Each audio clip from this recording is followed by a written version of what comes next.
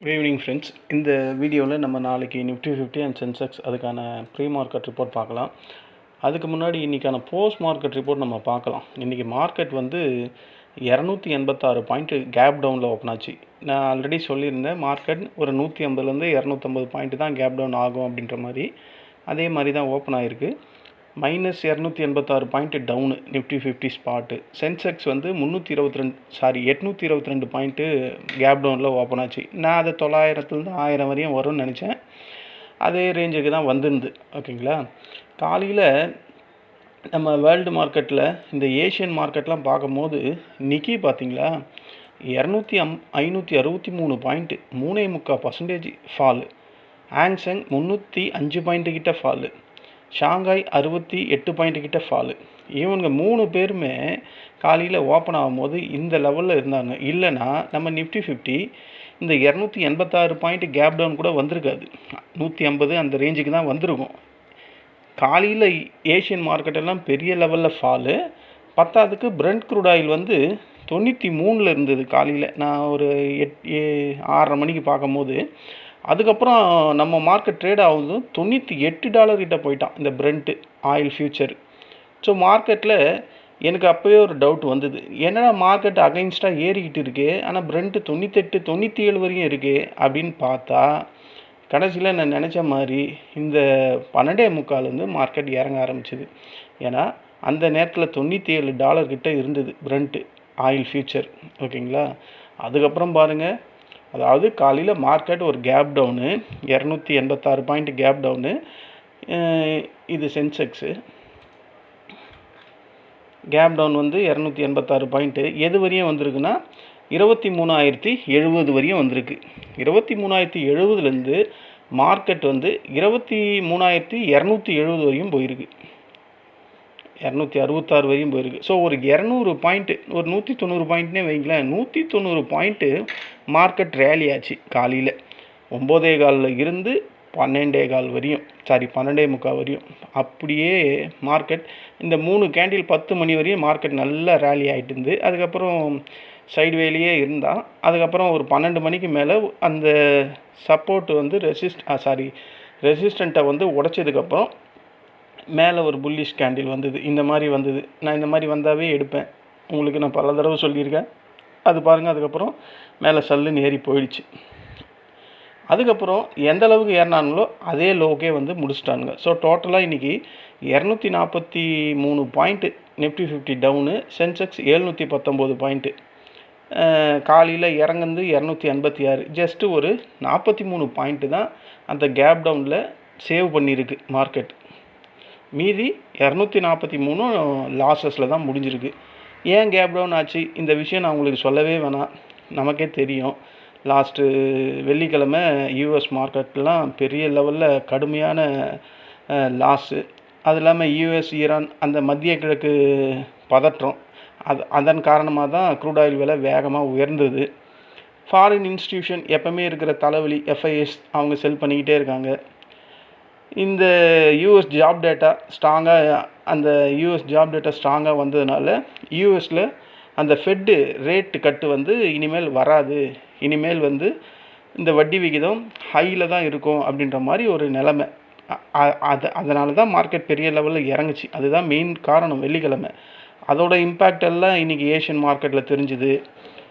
நமக்கு already gift நிஃப்டியில் அது தெரிஞ்சுது. பத்தாவதுக்கு எக்ஸ்ட்ரா ஒரு நெகட்டிவ் பாயிண்ட்டு என்னென்னா, காலையில் க்ரூட் ஆயில் விலை ஏறிக்கிட்டே இருந்தது, ஆனால் மார்க்கெட் அதுக்கு அகைன்ஸ்டாக ஏறிக்கிட்டே இருந்தான். நான் அதை தான் சொன்னேனே, என்னடா க்ரூட் ஆயில் $97 கிட்ட ட்ரேட் ஆகுது, இவன் இங்கேருந்து 200 பாயிண்ட் கிட்ட ஏறிக்கிட்டு இருக்கான், எப்படி ஏறான்னு பார்த்தா அதுக்கப்புறம் நான் நினச்சது நடந்துட்டுச்சு. ஏன்னா அவ்வளோ க்ரூட் ஆயில் ப்ரைஸை வச்சுக்கலாம் மார்க்கெட் ஏறுறதுக்கு வாய்ப்பே இல்லை. ஸோ ஒரு கஷ்டப்பட்டு தான் மார்க்கெட்டை ஏற்றினாங்க. மார்க்கெட் திடீர்னு ஒரு பவுன்ஸ் வந்தது. அது எதனால் வந்ததுன்னா, ஒரு ஷார்ட் கவரிங் ரேலி தான் இன்றைக்கி நடந்தது. சப்போர்ட் இது வந்து 23,000 ஒரு ஸ்ட்ராங்கான சப்போர்ட்டுன்னு நான் சொன்னேன். அவ்வளோலாம் வரல. 23,070 வரையும் வந்துட்டு மார்க்கெட் ஒரு ஷார்ட் கவரிங் ரேலி. முக்கியமாக இன்றைக்கி நிஃப்டி 50 ஏறினதுக்கு காரணம் இந்த எஃப்எம்சிஜி, ஃபார்மா, டிஃபென்ஸ் செக்டார்கள் தான் மெயின் காரணம். அது ஒரு ஸ்ட்ராங்கான பையிங் இருந்தனால தான் மார்க்கெட்டில் ஒரு சப்போர்ட் கிடச்சி மார்க்கெட் ஏறி போச்சு. இதுதான் இந்த 9:15லேருந்து 12:45 வரையும் மார்க்கெட் பவுன்ஸ் ஆனதுக்கான ரீசன் வந்து இதுதான், வேறு எந்த ரீசனும் இல்லை. ஓகேங்களா? அதுக்கப்புறம் மார்க்கெட் ஏன் இறங்குச்சுன்னா க்ரூட் ஆயில் பிரச்சனை. க்ரூட் ஆயில் விலை வந்து ரொம்ப அதிகமாக இருந்தது, $98. அது எவ்வளோ ஃபைனல் போச்சு, $98.07 அந்த லெவலுக்கு போயிருக்கு. அதனால தான் மார்க்கெட்டில் ஒரு செல்லிங் ப்ரெஷர். இந்த இடம் யாரா உள்ளே வந்தாங்கன்னா எஃப்ஐஸ் தான் உள்ளே வந்திருப்பாங்க. இதுதான் மார்க்கெட் ஒரு கேப் டவுனில் வந்து ஒரு ஷார்ட் கவரிங் ரேலி ஒரு பவுன்ஸ் ஆகிட்டு மறுபடியும் ஒரு கிராஷ் வந்ததுக்கான மெயின் ரீசன் போஸ்ட் மார்க்கெட்டில் இது தான். இன்றைக்கி இந்த நிஃப்டி 50க்கு சப்போர்ட் பண்ண செக்டார் எது எதுரா அப்படின்னு நம்ம கேட்டால், மெயினாக சொல்லணும்னா ஃபார்மா, அப்புறம் ஹெல்த் கேர், அப்புறம் எஃப்எம்சிஜி, இந்த செக்டார் தான் இன்றைக்கி மார்க்கெட்டை பெரிய லெவலில் தாங்குச்சு அப்படின்னு சொல்லலாம். ஓகேங்களா? அப்போ எதிராக நம்ம மார்க்கெட்டை மறுபடியும் கீழே கொண்டு வந்ததுன்னா க்ரூட் ஆயில் ப்ரைஸ் ஹைக் ஒரு பிரச்சனை. ஐடிக்கு என்ன ஆச்சோ தெரில, ஐடி வந்து சாவடி பேயடி அடிக்கிறாங்க. இன்றைக்கி சரியான IT fall. Banking, finance sectors, auto, metal, அப்புறம் அந்த ரியாலிட்டி செக்டர், இது எல்லாமே இன்றைக்கி சரியான லாஸ், செல்லிங் ப்ரெஷரு. இந்த ஐடி, இந்த டெக்கு, உலகம் ஃபுல்லாக இருக்கிற டெக்கு செல் ஆஃப் காரணமாக தான் நம்ம ஐடி வந்து பெரிய லெவலில் கஷ்டப்படுது. அதால் முன்னேறவே முடியல. இதுதான் மார்க்கெட்டை கீழே கொண்டு வந்திருக்கு. பேங்க் செக்டரும் ஐடி செக்டரும் பெரிய லெவலில். இன்றைக்கி பாருங்கள், இந்த ப்ராடர் இண்டெக்ஸ் எல்லாமே பெரிய லெவலில் செல்லிங். அப்போது இது வந்து தீர்மானிக்கப்பட்ட செல்லிங் தான். ஓகேங்களா? கண்டிப்பாக பெரிய லெவலில் இறங்கும் அப்படின்ற மாதிரி தான் இருக்குது. இந்தியா விக்ஸு பழைய லெவலே வந்துட்டான், 17 கிட்டே வந்துட்டான். நிஃப்டி நெக்ஸ்ட் 50 1216 பாயிண்ட்டு டவுனில் முடிஞ்சிருக்கு. Fin Nifty 251, mid cap Nifty 112, 13 வச்சுக்கலாம். Bankex 539, bank Nifty 432. Bank Nifty இறங்குச்சுன்னா மைனஸில் இருந்தால் நிஃப்டி 50 பெரிய லெவலில் இறங்கும். இதை நம்ம மறுபடியும் சொல்லிக்கிட்டே இருக்கோம். அவன் ஒவ்வொரு நாளும் ப்ரூஃப் பண்ணிக்கிட்டே இருக்கான். Sensex 719 point down. நம்ம நிஃப்டி 50 243 பாயிண்ட்டு டவுனில் முடிஞ்சிருக்கு. இந்தியா விக்ஸு இன்க்ரீஸ் தான் ஆயிருக்கு. ஸோ மார்க்கெட்டில் வெலாட்டிலிட்டி கண்டிப்பாக பெரிய லெவலில் எப்போது அந்த 6.25 மணி நேரத்தில் எப்போது ஒரு வாட்டி வரப்போகுது அப்படின்றத இங்கே ஷோ பண்ணுது. நாளைக்கு மார்க்கெட் எப்படி இருக்கும்? நாளைக்கு மார்க்கெட் 23,100க்கு கீழே க்ளோஸ் ஆயிடுச்சுன்னா, இல்லை 23,000க்கு கீழே சப்போர்ட்டுக்கு கீழே க்ளோஸ் ஆகிடுச்சுன்னா மார்க்கெட் ஃபர்தராக என்ன நிலைமைக்கு போகும்? எது மார்க்கெட்டுக்கு இப்போ ரெசிஸ்டண்ட்டாக இருக்குது? இந்த க்ரூட் ஆயில் விலை, பிரெண்ட் க்ரூட் ஆயில் வந்து இப்படி உயர்ந்துக்கிட்டே போச்சுன்னா நாளைக்கும் ஒரு கேப் டவுன் தான் வருமா? குளோபல் மார்க்கெட் சென்டிமெண்ட் பார்த்தா எல்லாமே ரெட்டாக இருக்கிறான். இது நாளைக்கு இன்னும் பெரிய லெவலில் இம்பேக்டாக பண்ணுமா அப்படின்ற மாதிரிலாம் நம்ம வீடியோவில் பார்க்கலாம். இந்த போஸ்ட் மார்க்கெட் ரிப்போர்ட்டில் நான் இன்றைக்கி குரூப்பில் 2 கால் தான் கொடுத்தேன். 2 காலுமே சக்ஸஸ் தான். 2 காலுமே நல்ல ப்ராஃபிட் தான் பண்ணேன். ஆனால் அந்த 2 கால் எடுத்ததில் நான் எடுத்த லாட்ஸ் அதிகம். 11 பாயிண்ட்டு பிடிச்சேன். அதில் லாட்ஸ் எப்போயுமே 2-3 தான் எடுப்பேன். இன்றைக்கி மட்டும் 6 எடுத்தேன். ஸோ அதனால் ப்ராஃபிட் 2 லாட்லேயே நல்ல ப்ராஃபிட், 2 ட்ரேடில் நல்ல ப்ராஃபிட் வந்ததுனால இன்றைக்கி 2 ட்ரேடுக்கு மேலே நான் பண்ணலை. இதே தான் குரூப்லேயும் கொடுத்தேன். குரூப்லேயும் இன்றைக்கி நல்ல ப்ராஃபிட். எங்கே கொடுத்தேன்னா இது ஆஸ் யூஷுவல் இதை இங்கே கொடுத்தேன். இந்த இது ஃபுல் க்ரீனிஷ், இது அந்த மார்போசோ கேண்டில் அப்படின்னு சொல்லுவாங்கள்ல, அது கண்டிப்பாக கீழே இறங்கும் அப்படின்றது எனக்கு கான்ஃபிடென்ஸு. அது இறங்குச்சு. அந்த இடத்துல தான் பை பண்ணேன். அப்படியே அது ரீட்ரேஸ்மெண்ட் ஆச்சு. இதில் பிடிச்சிட்டேன். இது ஒன்று. அதுக்கப்புறம் அது இந்த இடம் பிடிச்சேன். இந்த இடம் பிடிச்சேன் 1 மணிக்கு. இது வந்து ரெட்டு க்ளோஸ் வந்தது. அடுத்த கேண்டிலும் எனக்கு தெரிஞ்சு போச்சு கீழே தான் இறங்க போகுதுன்னு. அதில் ஒரு பிடிச்சேன். இதில் தான் 9 பாயிண்ட்டு கிட்ட பிடிச்சேன், 6 லாட் சைஸ் எடுத்து. ஸோ நல்ல ப்ராஃபிட் இதில் தான். ஸோ இன்றைக்கான போஸ்ட் மார்க்கெட் ரிப்போர்ட் இது தான். என் ஃப்ரெண்ட்ஸ் குரூப்லேயும் இன்றைக்கி ப்ராஃபிட்டபிள் தான். நானும் இன்றைக்கி ப்ராஃபிட்டபிள் தான் முடிஞ்சேன். இன்றைக்கி மார்க்கெட் வந்து இந்த ரோலர் கோஸ்டர் டைப்பில் தான் இருந்தது. ஏறிச்சு காலையில் ஒரு 12:45 மறுபடியும் அதே பாட்டத்துக்கே மறுபடியும் வந்துட்டான். ஒரு 43 பாயிண்ட்டு தான் கம்மி அந்த இன்றைக்கான லோவை மார்க்கெட் கிராஸ் பண்ணுறதுக்கு. அந்த நம்ம பேஸ் லைன் சொல்லக்கூடியதை மார்க்கெட் தொட்டு அப்படியே நின்று போச்சு. நேற்றே நான் சொல்லியிருந்தேன் மார்க்கெட் கண்டிப்பாக சப்போர்ட்டு தான் ரெசிஸ்டண்ட்டாக மாறி இருக்கும் அப்படின்னு. அதனால் இதெல்லாம் சப்போர்ட்டாக இருந்தது. நான் மார்க்கெட் ஓப்பன் ஆகும்போது எல்லாம் ரெசிஸ்டண்ட்டாக மாற்றிட்டேன். ஒவ்வொரு இதுவையும் பாருங்கள், மார்க்கெட் டச் பண்ணி இறங்கியிருக்கு, இதை டச் பண்ணிட்டு மேலே போயிருக்கு. எல்லாமே இந்த இந்த சப்போர்ட்டுக்குள்ளேயே, இந்த ரெசிஸ்டன்ட்குள்ளேயே தான் நடந்திருக்கு. இதை நான் ஒவ்வொரு நாளும் தான் பார்த்துக்கிட்டு இருக்கேன். பட் அந்த இடத்துல நமக்கு கரெக்டான ஸ்ட்ராட்டஜி இருந்தால் பணத்தை அள்ளலாம். அதுவும் நியாயமான முறையில் பேராசை இல்லாமல் இருந்தால் கண்டிப்பாக அள்ளலாம். ஓகேங்களா? ஒரு ட்ரேட்லேயே எனக்கு 6000 வேணும், 10,000 வேணும்னா அது சத்தியமாக முடியாது. அது அந்த பேராசையை கம்மி பண்ணிக்கிட்டே நம்ம காசுங்களை டெய்லியும் மார்க்கெட்டில் பிடிக்கலாம் அப்படின்றது என்னுடைய கருத்து. இதுதான் ஃப்ரெண்ட்ஸ் இன்றைக்கான போஸ்ட் மார்க்கெட் ரிப்போர்ட்டு. நாளைக்கான ப்ரீ மார்க்கெட் ரிப்போர்ட் எப்படி இருக்குது, எது சப்போர்ட்டாக இருக்கும், எது ரெசிஸ்டண்ட்டாக இருக்கும், அதுக்கு முன்னாடி வேர்ல்டு மார்க்கெட் இப்போ எப்படி ட்ரேட் ஆகுது அப்படின்றதெல்லாம் ஒரு கிளான்ஸ் செக் பண்ணிடலாம். இப்போ நடக்கிற எஃப்டிஎஸ்சி, சிஎஸ்சி, டாக்ஸு. எஃப்டிஎஸ்சி பரவாயில்லைங்க, ப்ளஸ்ஸுக்கே வந்துடுச்சு. இது டவ் 30, எஸ்எம்பி, நாஸ்டாக்கில் நம்ம லாஸ்ட்டு சண்டேவே பார்த்துட்டோம். அதே தான், இவன் 7 மணிக்கு மேலே தான் ட்ரேட் ஆவான். இவன் எப்படியும் மைனஸில் தாங்க வருவான். ஏன்னா அங்கே ஏன் நான் சொல்கிறேன்னா பாருங்களேன், இது அவங்களோட இண்டெக்ஸு.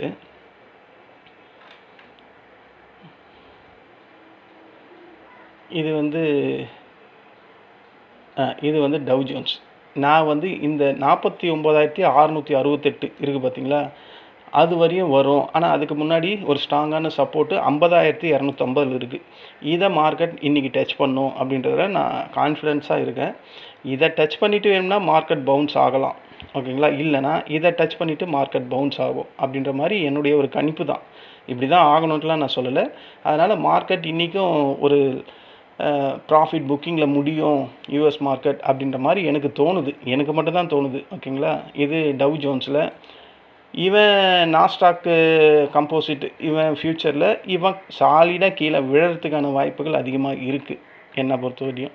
ஓகேங்களா? அவன் சப்போர்ட் எடுத்தால் 24,033 தான் சப்போர்ட் எடுக்க வாய்ப்பு இருக்குது. ஸ்ட்ராங்கான சப்போர்ட் அது ஒன்று தான். ஸோ மார்க்கெட் ஃபர்தராக கீழே வரும் அப்படின்ற மாதிரி தான் எனக்கு தோணுது. அதனால தான் இன்றைக்கி யூஎஸ் மார்க்கெட் ஒரு ப்ராஃபிட் புக்கிங் அகைன் வரும் அப்படின்ற மாதிரி நான் சொல்கிறேன். இப்போ நடக்கிற எஃப்டிஎஸ்சி 9 பாயிண்ட் ப்ளஸ்ஸு, மைனஸ்லேருந்து ப்ளஸ்ஸுக்கு மாதிரி இருக்குது. ஏன்னா பிரெண்ட் 98 இருந்து இப்போ 94.85 ட்ரேட் ஆகுது. அதனால் இது மைனஸ்லேருந்து ப்ளஸ்ஸாக மாறுது.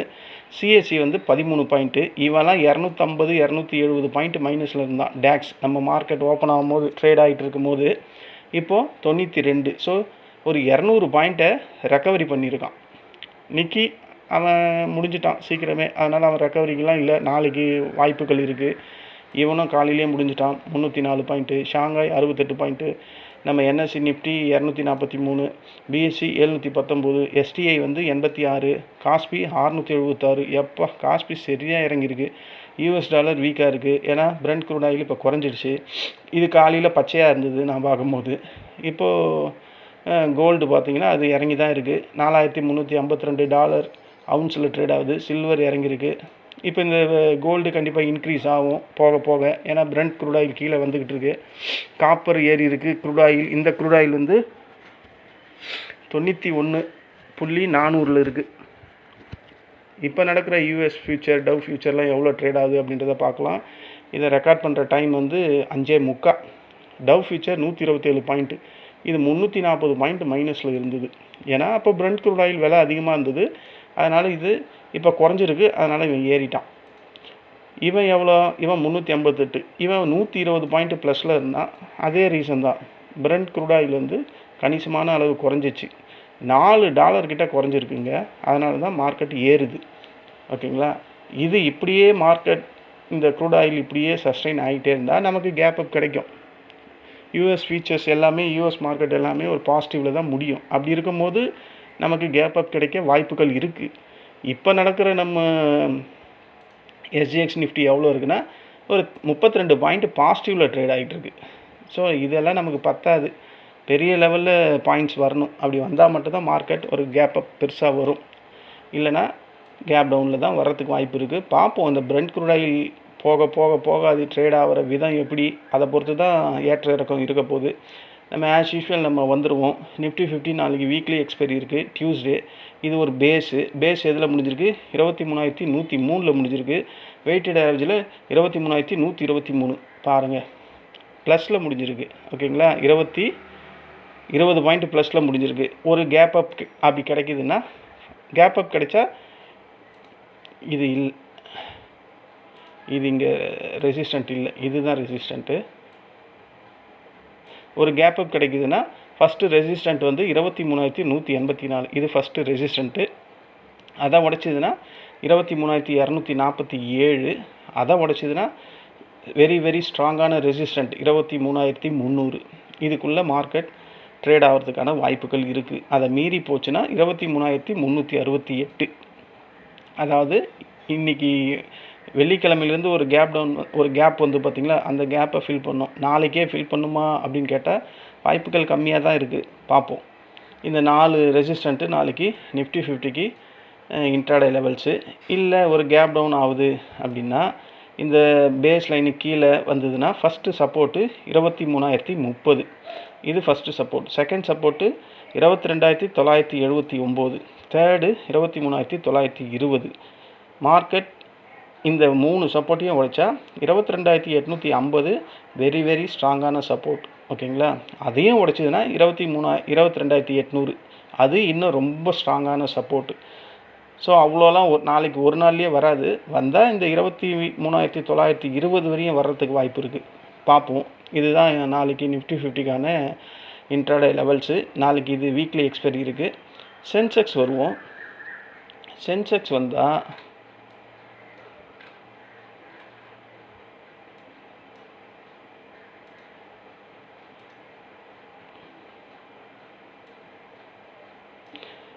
வந்தால் ஒரு கேப் அப் கிடைக்குது அப்படின்னா ஃபஸ்ட்டு ரெசிஸ்டண்ட்டு 73,720. ஓகேங்களா? இது ஃபஸ்ட்டு ரெசிஸ்டண்ட். அதை உடைச்சிதுன்னா 74,027. அதையும் உடைச்சிதுன்னா இந்த கேப்பை ஃபில் பண்ணும் 74,282. ஓகேங்களா?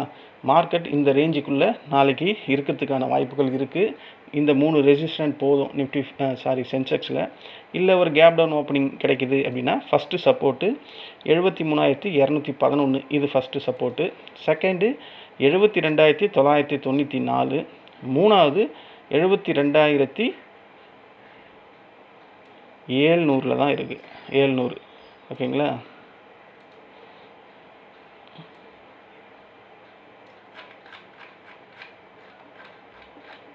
ஓகே. இந்த 4 சப்போர்ட்டு போதும் சென்செக்ஸில்.